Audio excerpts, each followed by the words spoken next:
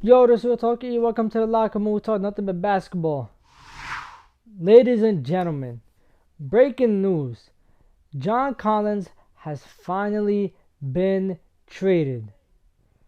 I mean, finally, bro. Finally.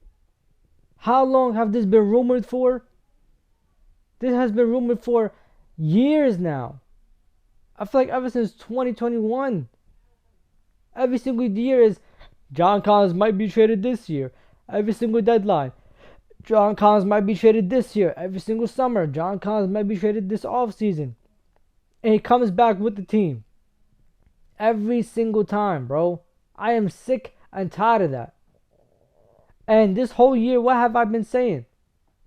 I said the Atlanta Hawks need to make a crazy move to change the look of this roster. Because the way they were playing was not going to get them anywhere. And look how they came out this year. They traded John Collins to the Utah Jazz for Rudy Gay and a second pick. Second round. Do you understand how crazy that sounds? A second round pick and Rudy Gay for John Collins. Now, if you're like, damn, how the hell, why would they do this? How the hell did they even manage to get finesse like this? Da da da. Hold down. Hold it down, please, bro. They did this because of the new salary cap rules that's going on in the NBA. Long story short, they did this for some cap flexibility. John Collins has $78 million over the next 3 years that is promised to him. So that's about $25, $26 million a year if we average it out. Obviously, some years he's going to get paid more than others. But Rudy Gay and a second overall pick, second rounder, I should say, actually, it brings them about $9 million under the cap, the luxury cap. And not only that, the Hawks have stated that the GM is allowed to make more moves to better the roster. If it means going over the luxury tax, it's okay. Now, I know to a lot of people this might sound contradicting, but just listen, just hold it down, alright? John Collins with Trae Young, DeJounte Murray, and everybody else on this Hawks team, we've seen how this team looks already. And we know it has not worked.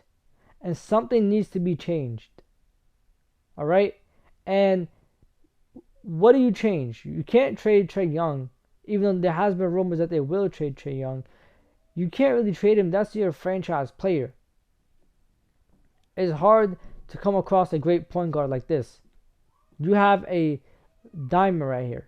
You got to find a way to make this diamond stand out next to the rest of the jewelry that you have. Okay? John Collins, great piece. Valuable piece to this team. But they had to make a move. You can't trade DeJounte Murray. You just got him. You haven't even, experimented enough with him. You can't trade DeAndre Hunter and the rest of the guys. They're too young. You haven't experienced enough with them. You could get rid of John Collins. But I would have expected them to get rid of him and get more in return. Unfortunately for them, because of the salary cap thing, the luxury tax, they were not trying to get more in return. They were just trying to, dump off some money to another team. But it also kind of doesn't make sense to me because if the team is okay with going over the luxury tax, right? Just, they wanted more pieces other than John Collins. Why not trade him for more pieces? Why are you trading for Rudy Gay and a second rounder when you can trade him for other pieces that will put you above the luxury tax, but it also give you more talent? I don't understand why they didn't just do it like that. I know they want to re-sign players and stuff like that, this free agency, but if you are really trying to make a move, bro, in my opinion, you should have got more players. But I understand it. They're trying to re-sign their guys. If that goes well, great. And also, they will be able to make moves during free agency to be able to sign people on, the veteran deal and stuff like that. It gives them a lot more flexibility. How much? I don't know about how much, but it does give them more flexibility. It allows this team to come out with a different look, possibly a different identity. They have a new coach, I believe it's Quinn Snyder now, which was the Utah Jazz old coach, ironically enough. So, new coach, a new look team. They're able to play the whole summer together, the whole training camp together. And by the time they come out, I'm expecting them to be good this year. I'm expecting them to hold down the top 5 spot, around top 5 of the East this year. That's what I'm expecting from them. Enough of this, we're going to go top 5, top 4 in the first half of the season, and then we're going to just, fall down to 7, 8, 9 once the new calendar year hits. Enough of that. It's time for them to try to do something special in the playoffs. Whether it's the second round exit, third round, conference finals exit, whatever it is, it's time to do something special in the playoffs. Enough of this, we're just going to go back to the play-in and try to make it out of the play-in and, see how far we can make it. No, bro. It's time to make moves, and clearly they want to make moves, and this is the first move that they've made, and they plan on making more moves. Now, how is this possible? Obviously, Rudy Gay had to, basically accept his player's option. And, from there on, things happen the way it has happened, and the rest is history. But anyways, that's enough for me rambling and chatting. It's time for you to let me know. Chatting down below. Like, comment, subscribe, and share.